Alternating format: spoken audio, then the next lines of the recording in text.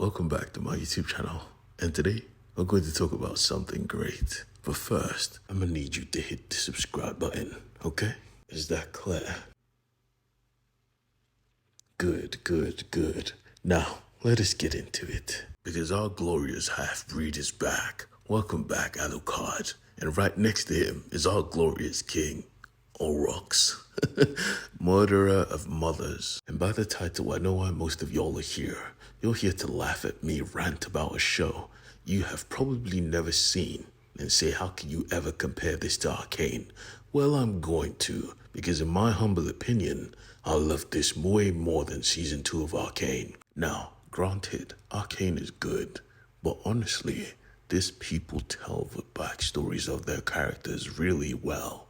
Take this evil witch Brota. I didn't give a damn about her in season 1, but in season 2, they made me feel sorry for her. She was garbage, absolute garbage. But here I am caring about her backstory, caring about her history, and actually missing her presence. Well, I was corrected real quick because she returned and she was more fierce and evil than ever. And she was purple. The Holy Father saw her and started to whip. Jesus Christ, she's a baddie. I wish I did not pledge my soul to God. And honestly, he was right. She was pretty. Not everyone in this series looked glorious. Welcoming terror to the conversation. You see, thanks to last season's mistake, she became a vampire. And just like that, the caring mother was dead. Now, she was a vampire, blood-sucking, sadistic, pushing her daughter to do dark magic, actually making her daughter a psychopath. I mean, what happens to her in this season shocked me. I thought she was cool, but nah, she's a psychopath. Any mother that can make her daughter look like Gon from Hunter x Hunter when he was going through his psychotic phase should be crucified. She looked like a demon. Speaking of demons, the horror elements were turned up to the max in this season. I was actually terrified seeing some of these scenes, especially watching Annette's ancestors actually haunt her, looking like demons. Hey, fuck you, Lenny. That's what I call this prick. He doesn't deserve a good name. Back to our tale. We get to see Elizabeth in her human form, and boy, was she beautiful. I mean, honestly, she was a lying, murderous monster, but still, she looked good. I mean, afterwards, when she was getting thrashed, she looked worse. But I mean, she didn't stand a chance. 2 Belmonts and a speaker magician. She was done.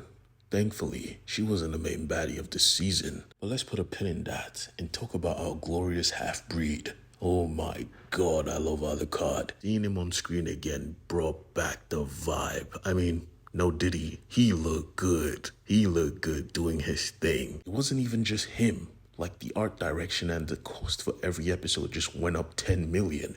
Every single scene was electrifying. Even the character design of basic ass warriors looked good. We saw the gods, Egyptian and African, and everyone was looking peak. There was an episode in this season where Annette focuses on the spirit world and actually has a conversation with her ancestors. And boy, that shit means something to me, man, because I'm African as well. So yeah, it was good to be mentioned in such great work. Orok was a little bit more downplayed in this season, and honestly, I can't blame him. He was going through some shit.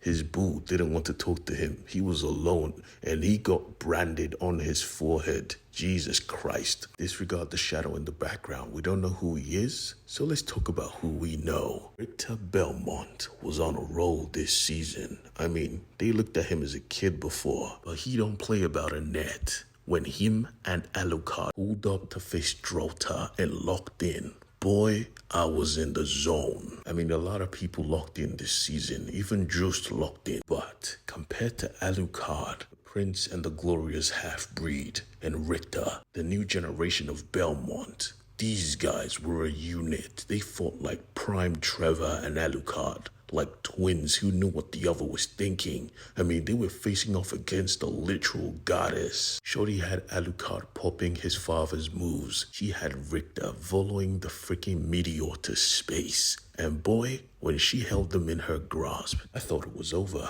I thought, Jesus Christ, our boys are going to die.